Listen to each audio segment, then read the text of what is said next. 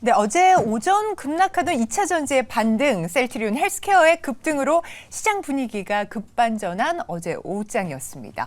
반도체주 주도주로의 면모 보여주는 상승세가 나왔고요. 푸틴의 신변 이상설로 우크라이나 전쟁 종료 기대감도 우호적으로 작용했습니다. 코스피는 1.1% 상승한 2383, 코스닥은 2.77% 오른 784의 장을 마감했는데요.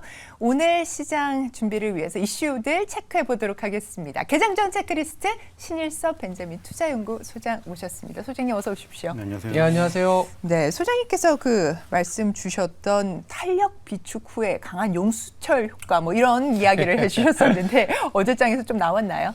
네, 근데 가는 애가 더 가버리네요. 네. 그래서 그 말씀을 드린 거잖아요. 가는 애가 더 갈 수 있어가지고 후발주를 노리는 게 그러니까 뭐 장부소로 가는데 부소에 들어가 있으면은 좀 저기 할 수도 있다는 게 또 어제 드러나 버렸고 장비 안에서도 또 그렇게 돼 버렸죠. DIT가 더 가버렸죠. 그러니까 이게 저기 너무 센 경우에는 그렇게 돼 버리기 때문에 그렇죠. 뒤에 가서 기다리는 게 좀 저기 할 수도 있어요. 네. 네. 그러면 오늘 네. 또 시장 2시간 남았는데 네. 이렇게 가는 쪽만 가는지 아닌지 또 자세히 좀 체크해 봐야 될 것 같아요. 네, 그렇게 네. 해보겠습니다. 자, 네. 첫 번째 체크박스 한번 열어보도록 하겠습니다. 자, 비트코인 가격부터 이야기를 해봐야 될 것 같은데요. 35,000달러를 돌파했습니다. 뭐 앞서서 저희가 이슈에서도 점검을 해봤습니다만 블랙록에서 비트코인 현물 ETF 출시 관련해서 증권 그 코드가 나왔다라고 하는 소식에 상당히 지금 랠리를 보이고 있습니다. 어떻게 봐야 될까요? 비트코인 관련주들의 움직임 어제는 강하게 나왔습니다.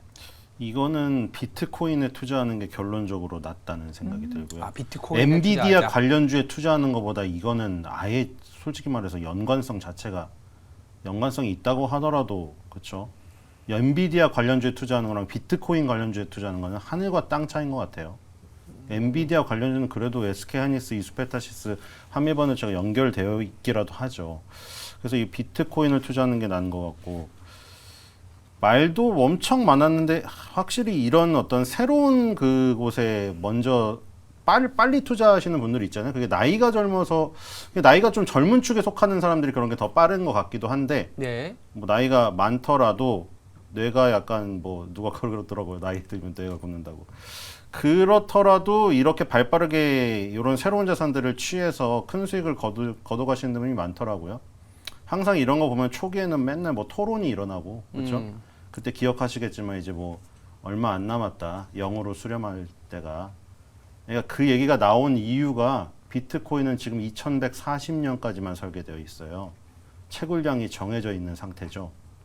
그래서 이제 반감기가 4년마다 오는데 네. 반감기가 일본 방사능 방류할 때 그때 많이 나오잖아요. 뭐 우리 몸에 남아 있는데 반감기가 뭐 얼마나 걸리며 그거를 몇십 년 동안 땅에 파묻어야 되고 뭐 거기서 나오는 거잖아요. 반씩 줄어든 채굴량이 반씩 줄어드는.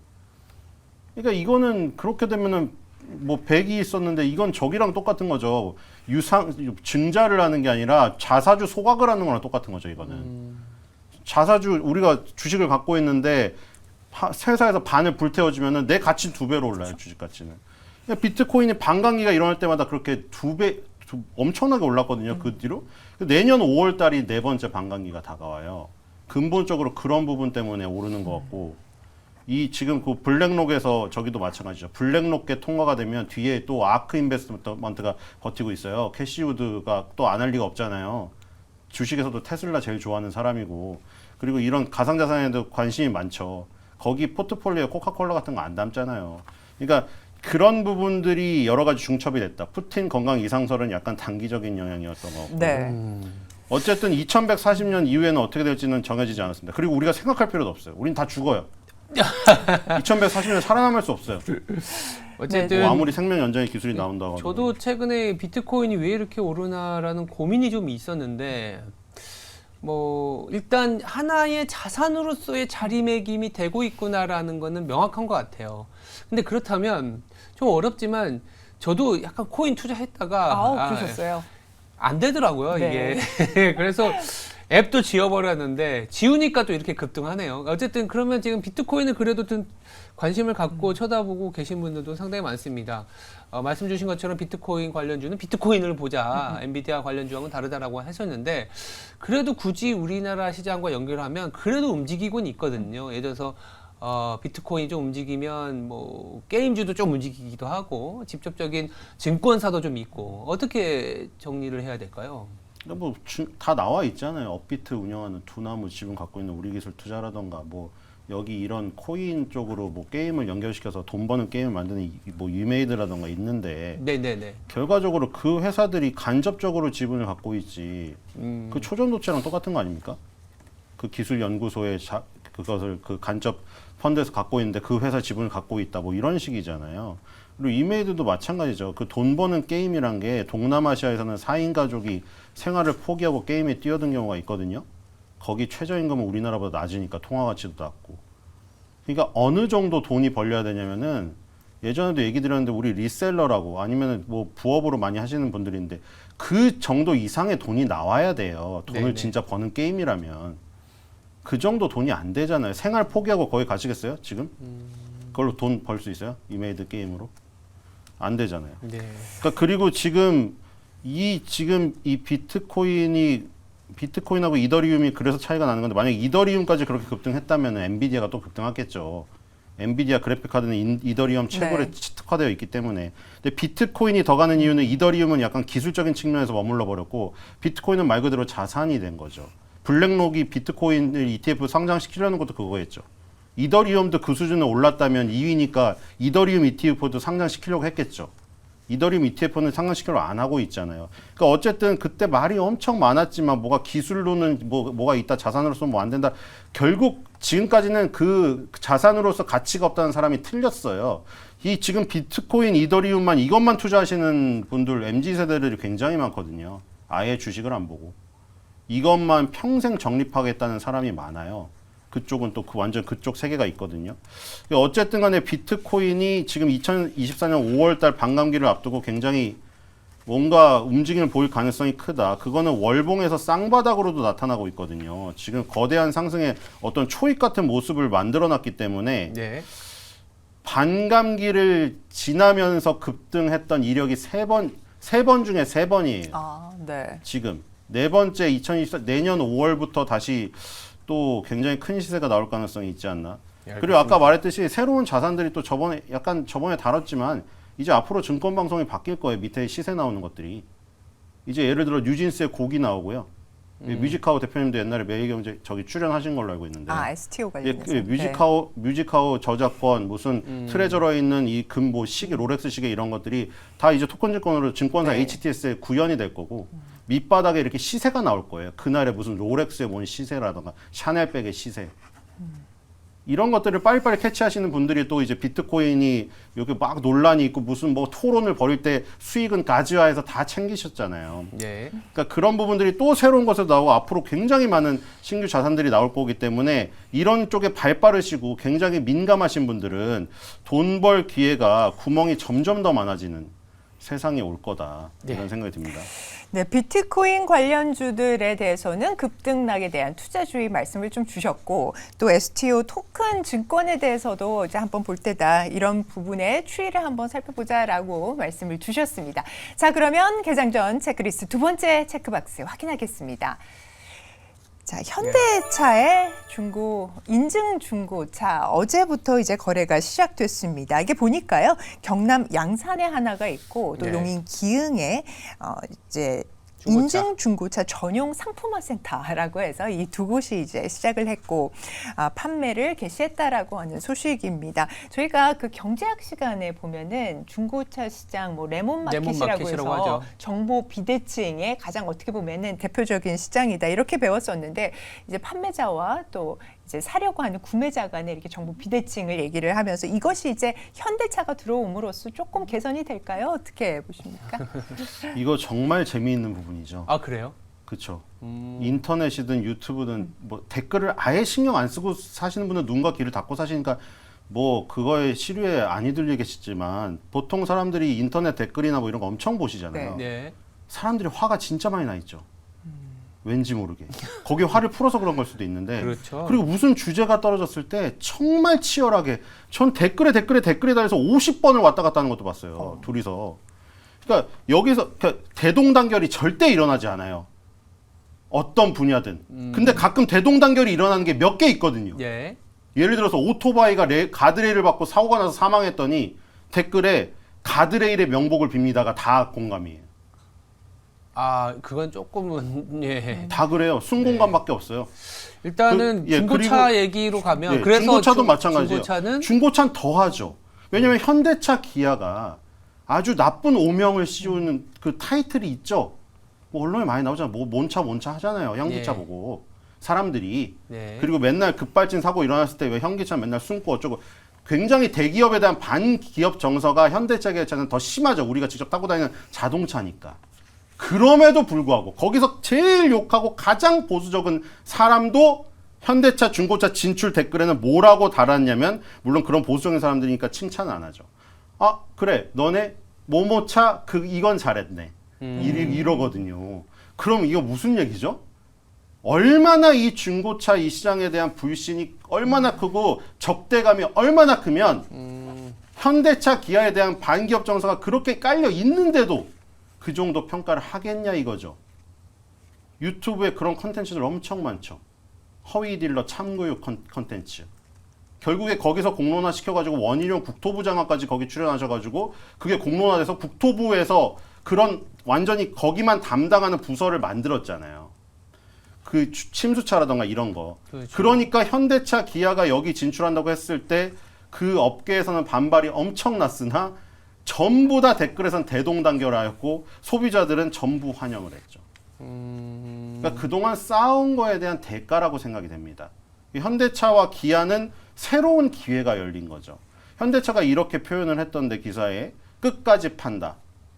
아, 요즘에 그 영화 제목 말하면 안 되는데 지금 끝까지 판다라는 어떤 그 뉴스의 그 프로그램도 있더라고요. 기자분이 끝까지 어떤 이슈를 잡았을 때 한 번 가는 게 아니라 1년 뒤에 또 가고 2년 뒤에 또 가고 계속해서 그 이슈를 계속 다루는 끝까지 판다라는 코너가 있던데 뉴스에 끝까지 판다 그 판다는 이제 판다고 그 이슈를 판다고 현대차는 이 끝까지 자기가 책임지고 판다고 합니다. 그러니까 자기가 신차도 팔고 끝까지 폐차되기 전까지 판다는 마음으로 중고차를 한다고 합니다. 그래서 이게 이제 새로운 기회죠. 현대차, 기아에게는. 현대차, 기아가 인증한 어떤 중고차를 판매를 하니까 소비자들도 그동안 이런 그 불규칙적 뭐 아까 전에 레몬법 얘기했는데 그 정도 수준이 아니잖아요. 이거는 지금 사기의 범위로 넘어가 보고 있기 때문에 네. 여기에 대한 이제 굉장히 이 심리가 컸던 거예요. 이런 것들이 진출해서 이런 부분이 있으면 내가 이걸 이용할 텐데 어쩔 수 없이 이용하다가 사기를 당하는 그런 것을 지금 방지해 줄 수 있는 역할에다가 현대차, 기아 입장에서는 새로운 수익원이 되겠죠. 윈이 날 수 있겠죠. 그리고 이제 주주도 좋겠죠. 제가 소비자와 주주의 얘기를 했는데 네. 보통 소비자가 안 좋으면 주주는 좋고 주주가 좋으면 소비자가 안 좋고 주주와 소비자가 동시라면 내가 주식의 가치가 뭐 노동의 가치보다 높다면 주주로서의 판단을 더 해야 된다고 생각을 말씀을 드렸는데 예. 이 부분 같은 경우에는 지금 주주와 소비자가 같이 좋을 수 있는 케이스입니다. 지금. 그러니까 현대차 그룹 입장에서는 그러면 중고차 전용 플랫폼을 활용하게 되면 난립하거나 아까 말씀하신 것처럼 허위 매물 뭐 아니면 뭐 사기에 가까운 행위들이 잠잠해지고 내지는 현대차 그룹에서 만든 중고차 플랫폼이 MS 즉 시장 점유율을 확대하면서 뭐랄까요? 현대차에는 뭐 플러스 알파의 수익이 나타날 수 있다 이렇게 보시는 거죠?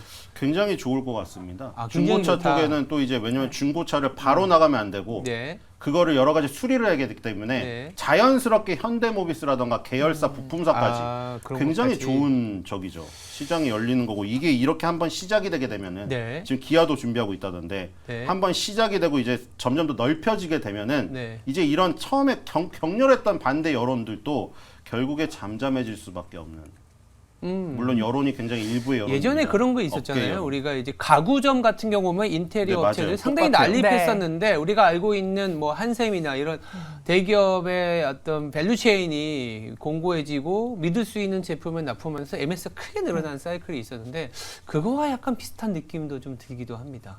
예, 근데 현대차는 뭐 그 아예 그냥 중고차 전문 플랫폼은 아니니까 네네네. 한샘처럼 뭐 이케아가 들어왔을 때 매기 효과로 매기한테 안 죽고 송사리가 살아남으려고 하다가 매기 등치가 돼버린 거죠. 그게 매기 효과였죠. 네. 그리고 그때도 똑같았죠. 반대하는 여론이 있었는데 그 여론은 그 업계의 여론이었죠. 거기서도 똑같았거든요. 그때는 뭐 유튜브가 그렇게 발달은 안 했지만 그때 인터넷 댓글도 똑같았어요. 대부분의 소비자들은 그걸 원하고 있었죠. 예. 왜냐면은 쇼파에다가 500만 원을 지어놓고 밑에 300이라고 해놓고 200만 원 할인해 준다면서 팔았는데 나중에 알고 보니까 100만 원도 안 하는 쇼파요. 이런 것들이 굉장히 많았거든요. 지금 중고차 매물과 관련된 플랫폼 현대차 그룹이 나서는 거는 상당히 시기적으로나 그리고 플러스 알파의 수익으로서나 그리고 밸류체인상에서의 부품주들까지도 기회의 요인으로 우리가 해석할 수 있다. 네, 봐야 좋습니다. 되겠습니다. 현대 제네시스 인증 중고차 센터 저희가 지금 뭐 게시됐다, 판매가 개시됐다라는 소식과 더불어서 한번 내용을 짚어봤고 허위 딜러 걸러내는 순기능에 대해서도 좀 짚어주셨습니다. 저희가 방송 중에 적절치 못한 발언이 있었다는 점 사과드리면서 자 그러면 저희가 세 번째 체크박스 확인하도록 하겠습니다. 네. 자 이번에는 삼성 바이오로직스 관련된 뉴스입니다. 네. 글로벌 바이오 헬스케어 전문 VC 벤처 캐피털이죠. 쿠르마 파트너스라고 하는 기업과 이제 손을 잡았다라고 하는 내용인데 좀 내용이 조금 더 자세하게 한번 들어가 봐야 될 것 같습니다. 이 기업 같은 경우, 이 VC 같은 경우 유럽 시장을 기반으로 해서 주요한 또 바이오 클러스터드 제약사들이랑 파트너십을 맺고 있다. 굉장히 강한 유대를 갖고 있다고 하는데 어떤 의미가 있을까요? 네, 삼성바이오로직스가 이제 이 생산량에서는 생산 능력에서는 1위거든요. 그렇죠. 압도적으로. 그렇죠. 근데 이 CDMO 그러니까 뭐 이거를 먼저 설명할 필요가 있는데 CRO가 있고 CMO가 있고 CRMO가 있고 CRDMO가 있거든요. 예. 근데 지금 CRDMO예요. CRDMO. 그러니까 C는 컨트랙터고 뒤에 올거니제이션은 똑같은데 네. 그 안에 알파벳이 들어가는 거죠. 리서치가 들어가고 디벨롭먼트가 들어가고 매뉴팩처링이 들어가는 거죠. 가장 기본적인 건 매뉴팩처링이죠. 네. CMO 단순 제조 생산 그냥 위탁 생산해 주는 거. 디벨롭먼트가 들어가면은 개발부터 하는 거. 이른바 세포주가 없는 회사들한테 세포주부터 배양을 해 주는 거. 근데 리서치는 이제 임상 시험까지. 임상 시험이 굉장히 오래 걸리고 돈이 많이 들거든요. 그렇죠. 그래서 이제 CRDMO가 돼가기 시작합니다. 근데 이제 어쨌든 간에 이 시장에서 론자가 점유율이 1위입니다. 스위스의 론자가 원래 점유율도 1위였고 생산 능력도 1위였는데 생산 능력으로는 삼성 바이오로직스가 지금 완전히 압도하는 수준이 됐어요. 2032년에 8공장까지 범죄 도시가 8편까지 예상되어 있다는데 이것도 마찬가지예요. 삼성 바이오로직스도 이미 8공장까지 계획을 세워놨습니다. 이것까지 완성되면 2032년이면은 무려 용량이 132만 4천 리터가 돼요. 지금도 압도적인 1위인데 지금 압도적인 1위라는 게 2025년 4월 달에 5공장 완공됐을 때 78만 4천 리터인데 이거의 2배가 돼버려요. 2032년이면. 그러니까 이제 완전히 압도적인 생산량으로는 따라올 수가 없을 정도로 벌려놓는데 이것을 기반으로 해가지고 이제 매출 점유율에서 스위스 론자를 따라잡아야 되는 거죠. 그러니까 그 엄밀히 말하면 그 사이에 몇 개가 더 있긴 합니다. 스위스의 론자가 1위가 있고 미국의 캐털란트가 2위고 3위가 중국의 우시바이오예요.